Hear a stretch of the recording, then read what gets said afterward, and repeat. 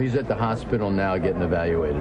So, we don't know exactly what to call it. Obviously, he got his bell rung pretty good, and I think a knee hit the head or something. And, he was dazed for a while. He, started, being a little more aware toward the end.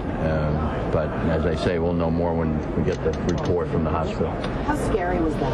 Well, it was frightening. I mean, it was, he's trying to catch the ball. It was, it was an ugly play to start with. I mean, you got the ground ball, and then, Robbie gave Jeter sort of a tough ball to handle, and he just got rid of it quickly, and you could see Dougie sort of backing in to try to get a good hop to catch it, and and then Mike ran over. Nobody did anything wrong other than he got hurt. When your status on Roger, how does that change things here? Well, we're going to need a starter for Monday. Yesterday Roger was still of a mind that he felt there's a possibility he could make the start. We didn't know until today that he wasn't going to make the start.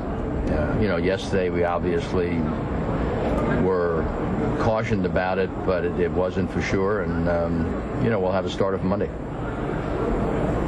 When and how did you get the word?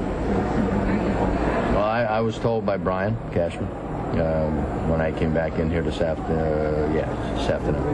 Joe, did Doug talk to you? Gino was conversing with him, and as I say, as time went by, he seemed to be a little more. Yeah, he was awake. Yeah, he never lost consciousness. But he was, as I say, he was dazed. Yeah. When you're trying to get momentum, you won a couple of leads. Yeah, we had an ugly seventh inning. I mean, there's no question. We just couldn't close the deal. There was some defensive plays that we didn't make. And, you give any club extra outs and it's dangerous. You give this club extra outs and it's suicide. I mean, that's basically what happened. And it's, we certainly,